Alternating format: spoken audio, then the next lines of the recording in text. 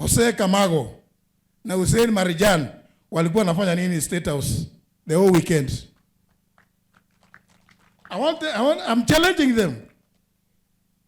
Watuambie hao Marijan na Jose Kamago, ile barua Ndegwa Njiru waliandika mwezi wa 9 ni lazima IEBC ijibu, kwa sababu local partner wa East Mathematics tumegundua alikuwa ule mtu anaitwa sijui Abdullahi. That was just a front.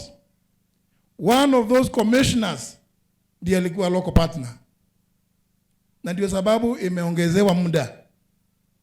Na kama tunatazama urongo, tuambiwe Mheshimiwa Eugene, weekend ya tarehe 5 na tarehe 6 ilikuwa Saturday and Sunday mwezi wa 7 mwaka huu umepita.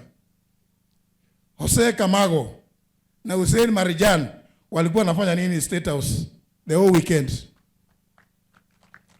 I'm challenging them.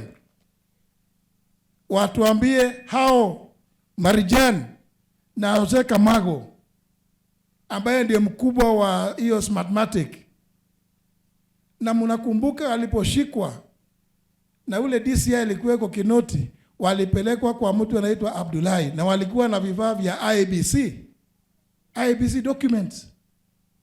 So it is very clear.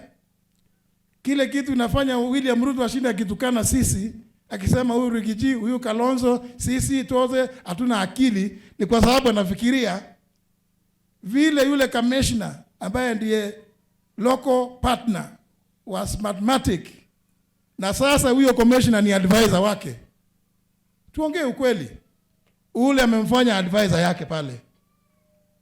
Anafikiri sasa tayari ameshinda, amesema atafanya kazi, kila mtu atakuja atoe aoneshe ile kazi amefanya.